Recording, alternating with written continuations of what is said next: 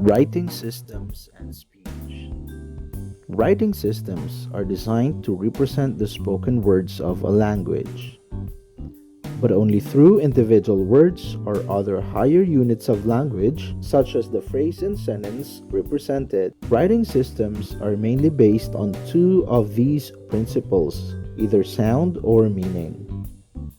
The inventory of visual symbols of writing systems is constructed on the basis of these principles. Writing systems based on speech sounds, phonemes or syllables. In the sound-based system, each symbol represents a speech sound, a phoneme or syllable. Today, there are many different sound-based writing scripts in use throughout the world. For example, the Devanagari in India, Arabic in Egypt, the Hangul syllabary in South Korea, the two kana syllabaries in Japan, that's katakana and hiragana, the Cyrillic alphabet in Russia and Bulgaria, and the Roman alphabet in English-speaking countries and Western Europe. Some of these sound-based orthographies correspond highly to their spoken forms. For example, Finnish and Spanish, which use the Roman alphabet to represent the phonemes of their spoken languages. The Korean and Japanese, which use their own native scripts, Hangul for Korean and Kana for Japanese, to represent the syllables of their spoken languages. Needless to say, the orthographies of these languages are easier to read than our sound-based orthographies, where the correspondence of written symbol to sound is not high, as in the case of English. The unpredictability of English orthography. For learners of the English language, one of the most difficult parts of learning the language is the inconsistency of English spelling. Take the following as examples.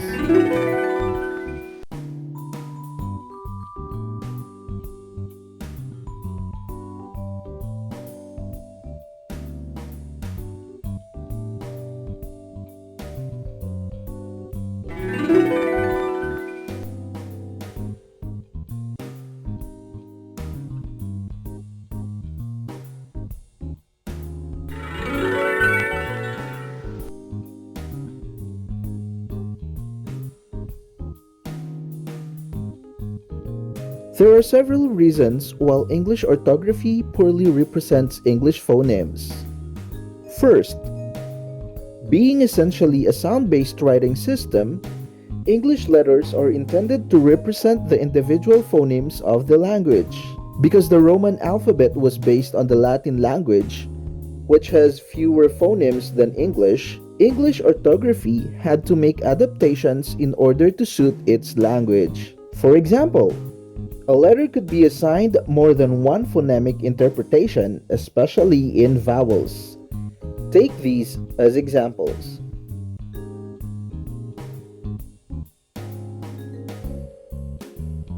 Another one. A combination of letters serves to represent other English sounds. Take a look at these.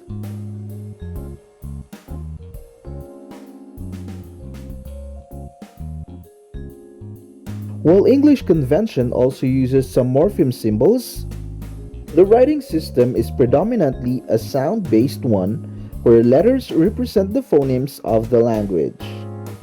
Another reason why English orthography poorly represents English phonemes is the failure of English spelling to reflect the changes that the spoken language has undergone. Compared to the great changes which have occurred in the spoken language, English spelling has changed relatively little over the past 600 years or so. The English language had such sounds because they originated with the Germanic languages which people brought with them from the continent and from which the English language was substantially derived thousands of years ago. Let's trace the origins of the English alphabet. The origins of the Roman alphabet lie with the Semitic peoples in the Middle East thousands of years ago. The Phoenicians adapted it to their needs and then carried that alphabet to Greece, from where it traveled to Rome. Both the Greeks and then the Romans made adaptations to suit their languages. The names of the letters changed as well. The letter A went from the Semitic name Aleph to the Greek alpha, to the Roman A, and the English A. It was with the growth of the Roman Empire and later the Roman Catholic Church that the letters of the Roman writing systems spread north to the various parts of Europe. Later, the Europeans, in their colonization of various countries around the world, brought with them their alphabet as well. Thus, we can find Romanized writing being used in Vietnam and Indonesia, where it was again adapted to suit the indigenous languages spoken there. Writing systems based on meaning. Morphemes. The best example of this principle is of the Chinese language. Chinese is essentially a system where symbols or characters represent the morphemes of the language. Although symbols may be added to assist pronunciation. This is also true with the Japanese because historically they borrowed it from China.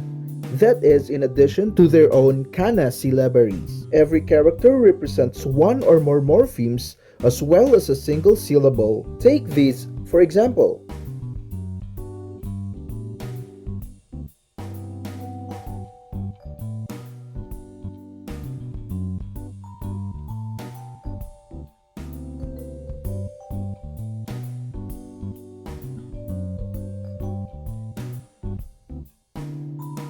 While it is true that the Chinese symbols had their origin in pictures, probably less than 35 of the many thousands of characters used today retain their direct pictorial indication.